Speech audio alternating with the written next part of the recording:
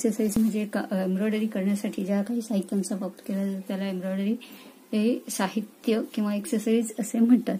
आता embroidery exercise मध्ये प्रथम रिंग, एम्ब्रॉयडरी फ्रेम आपण त्याला म्हणतो. एम्ब्रॉयडरी फ्रेम म्हणजेच रिंग. ती गोल आकार असते, ती प्लास्टिकची किंवा लाकडाची असते.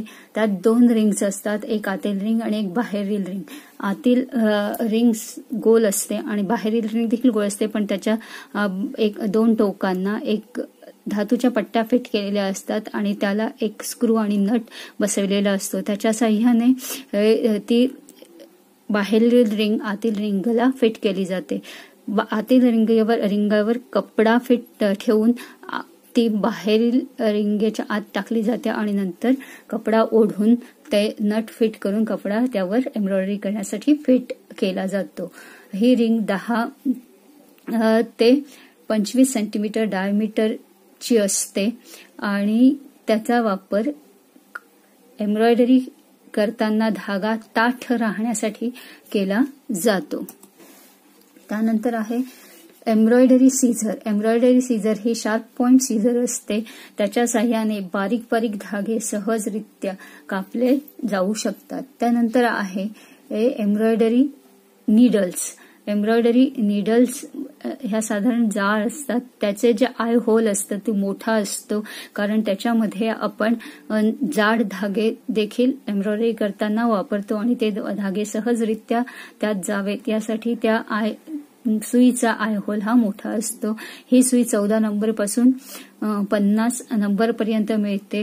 ही सुई 2 प्रकारची असते, एक पॉइंटेड नीडल आणि दुसरी आहे राऊंड पॉइंटेड नीडल. त्यानंतर आहे एम्ब्रॉयडरी थ्रेड. एम्ब्रॉयडरी थ्रेड हे सिल्क आणि कॉटन अशा दोन्ही प्रकारचे मिळतात. हे धागे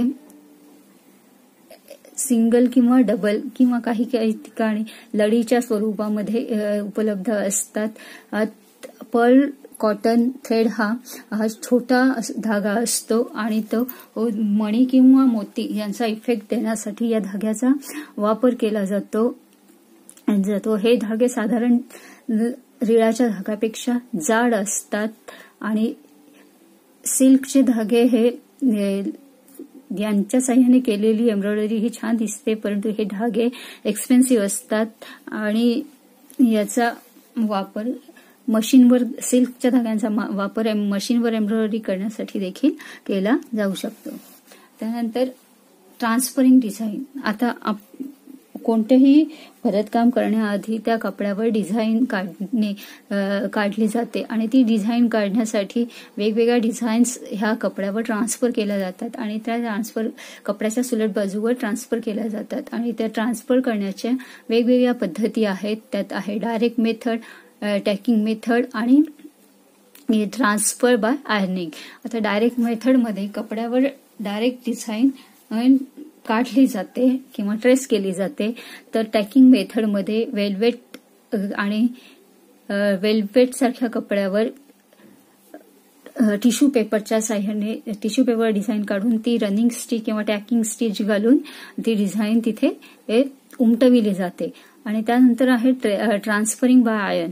गरम इस्त्रीच्या साह्याने रेडीमेड पॅटर्न जे बाजारात मिळतात ते पॅटर्नची डिझाईन रेडीमेड इस्त्रीच्या साह्याने कपड्यावर ट्रान्सफर केली जाते. त्याला म्हणतात ट्रान्सफर बाय आयर्न.